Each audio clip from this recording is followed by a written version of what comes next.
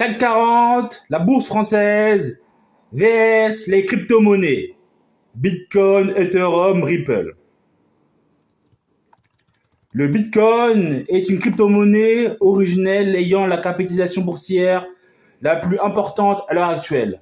Lancé en 2009 par Satoshi Nakamoto, pseudonyme des personnes ou du groupe ayant créé le Bitcoin, pour sécuriser les paiements via un réseau peer-to-peer. Le Bitcoin vise à mettre un terme à la nécessité d'un tiers de confiance, à démocratiser les monnaies et à assurer l'anonymat des transactions. Le Stellar, qui est aussi une autre crypto-monnaie. Le Stellar est un réseau de paiement qui fonctionne de la même manière que le RippleNet et peut traiter des transactions dans plusieurs devises. Il est soutenu par la crypto-monnaie Lumens, communément appelée Stellar. Notamment, le Lumens peut être utilisé pour réaliser des paiements sur le réseau, mais joue également un rôle anti-spam, puisque chaque transaction exige des frais minimes qui sont versés dans la crypto-monnaie.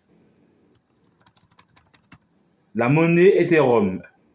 L'Ether est la crypto-monnaie du réseau Ethereum, qui permet aux utilisateurs de coder et d'émettre leur propre application décentralisée et de créer des contrats intelligents qui appliquent leurs clauses automatiquement.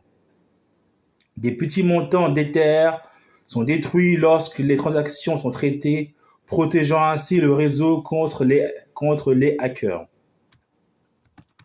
Le Litecoin.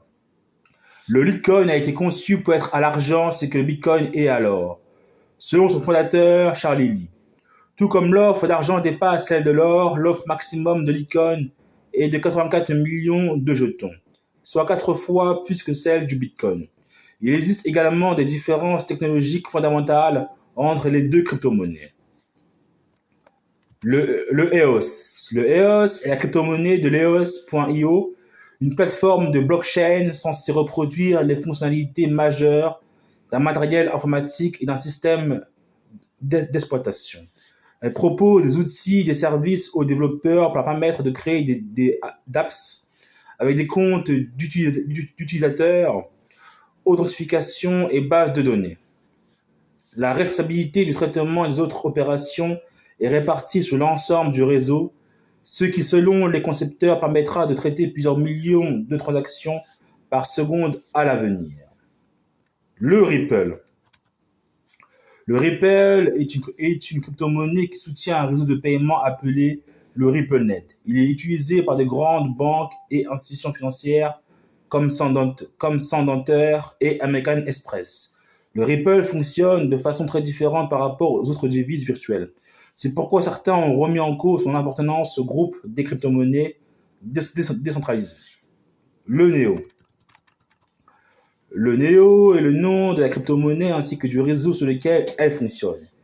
Il est semblable au réseau Ethereum puisqu'il permet aux utilisateurs de créer des applications décentralisées et des contrats intelligents. Ce qui rend Neo unique cependant, c'est que son réseau est actuellement strictement contrôlé par les membres de l'équipe Neo, qui impose aux utilisateurs de posséder une identité vérifiable sur le réseau.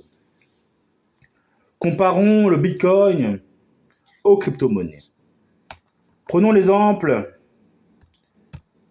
de Hermès. Hermès, c'est une entreprise de luxe, de mode, qui est cotée en bourse française. Son action est à 1661 €, presque 2000 €. Si on compare à une crypto-monnaie telle que l'Ethereum, la valeur est similaire. Car pour la crypto-monnaie de l'Ether, de l'Ethereum, est à 1970 €.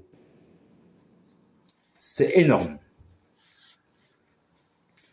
Si on revient dans le CAC 40, la bourse française, on peut comparer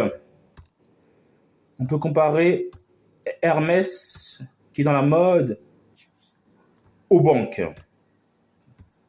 comme BNP Paribas, qui est à 91 €. On peut comparer BNP Paribas à Renault qui fait des voitures. Son action est à 28 euros. Si on compare Renault à Sanofi, Sanofi est coté en bourse française pour 73 euros. Sanofi, c'est tout ce qui est médicaments et tout ce qui est médicaments, quoi. Air Liquide, c'est une entreprise qui est cotée en bourse française pour 175 euros. Air Liquide, c'est une entreprise qui travaille dans l'industrie. Voyons en détail ce que fait Air Liquide.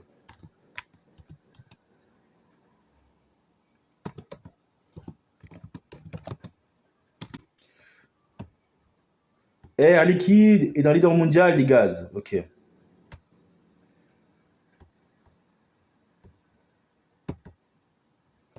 Il fait du gaz liquéfié. Ok, d'accord.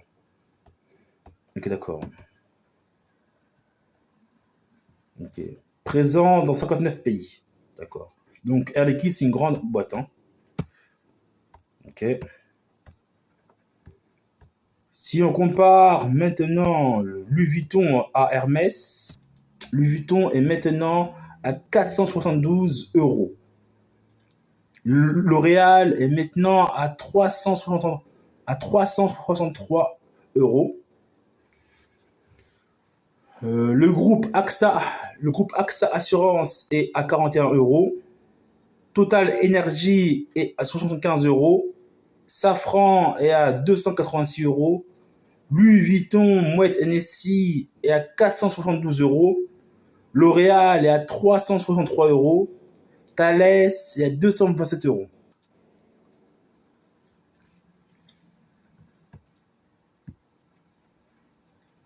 Schneider Electric est à 272 euros. Vinci à 128 euros. Dassault Systèmes est à 19 euros. Accor Hotel est à 44 euros. Edenred est à 21 euros. Et ArcelorMittal est à 62 euros. Le groupe Kering de luxe de mode est à 245 euros. Alors, Luxito Tika est à 171 euros. Voici le panorama de la bourse française. Le CAC 40 est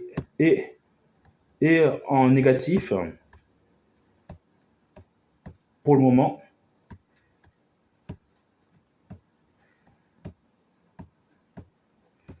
Le CAC 40 est maintenant à 8000.